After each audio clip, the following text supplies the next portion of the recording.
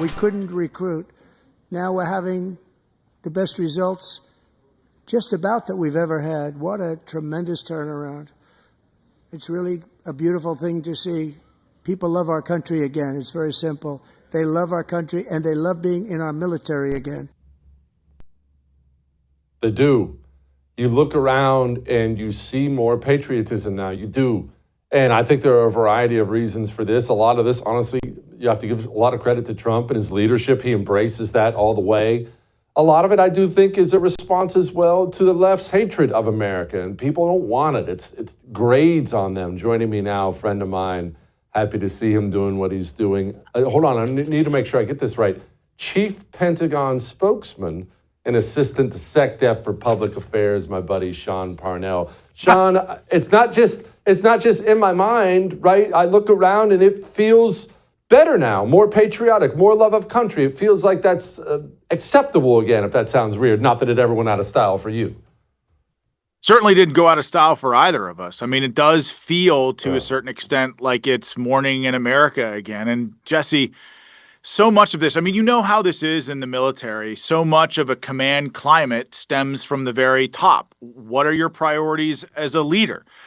If you live those priorities and you embody those priorities, they trickle down. And, you know, President Trump is a guy from the moment that he came down the golden escalator.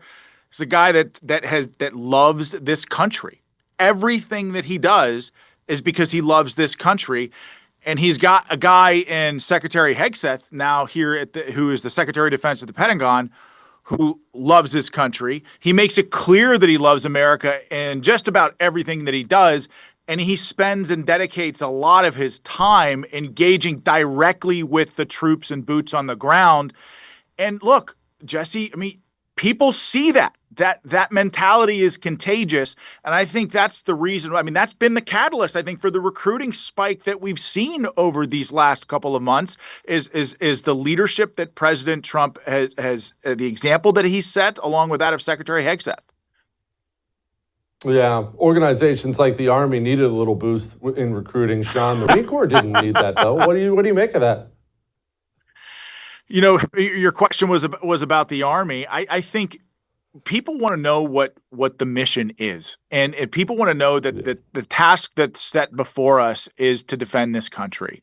And you know, I think that when you talk about the mission specifically, and Secretary Hegseth has made that very clear, is that lethality is a core tenet of what we do, that readiness is a core tenet of what we do, and we're discarding things that to the ash heap of history, like diversity, equity, and inclusion. You know this as well as I do. It doesn't matter what God you worship, what color your skin is, where you come from, how much money you have in the bank. The only thing that matters is that you love this country and that you believe in the mission of the service that you serve as part of. And you unite beyond your many differences as Americans behind that common mission. And Americans on the battlefield can accomplish extraordinary things. You did that in Iraq. I did that in Afghanistan. And I think you're going to see Americans moving forward, united in purpose, doing great things, as long as we focus on those things that unite us instead of divide us. No doubt. Speaking of SecDef Hegseth, here he was. We are leaving wokeness and weakness behind. No more pronouns, no more climate change obsession, no more emergency vaccine mandates, no more dudes in dresses. We're done with that.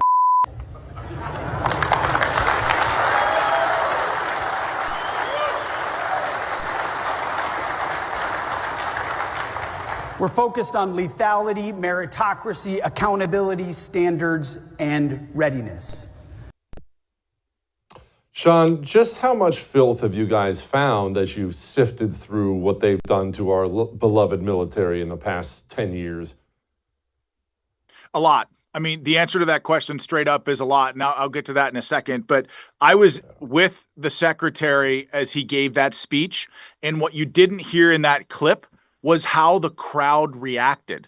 That was a speech that I believe the secretary gave at Special Operations Week down in Tampa.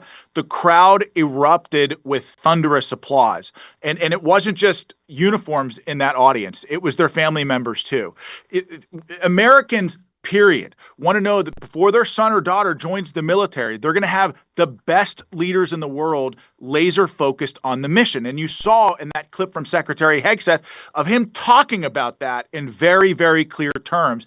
And I'm telling you, I go everywhere with this guy. There is an energy on the ground in the United States military that was not there before because of his clear vision of what service in the military should look like. So we talked about discarding diversity, equity, inclusion, but we've completely revamped our national defense strategy to where we are focused on defending the homeland and securing our southern border, deterring China, and making sure that our allies are burden sharing. In other words, there's a massive force posture shift that I think we're going to be undertaking here in the next few years, and a focus on Indo-PACOM.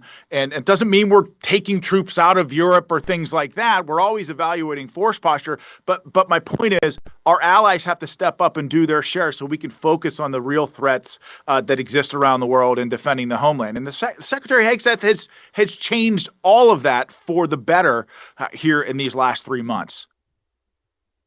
Sean, I need you to be honest. I know you're super focused on your duties there, but have you been able to shoot cool things and blow things up since you've taken over this post? Not even a little bit. This is a big departure for me from what I used to do as an infantry guy. Spent most of my time in the trenches. I don't wear suits. I have to wear suits every day now. The first time I was in the freaking Pentagon was 3 months ago when I took this job. So yes, it's been a little bit of a change. Haven't had the opportunity to shoot or blow anything up. Have those guys get you a JDAM. You're with the Pentagon now. All right, setting that aside, I want to talk quickly about the Golden Dome. Here is Trump. As we make a historic announcement about the Golden Dome missile defense shield, that's something we want.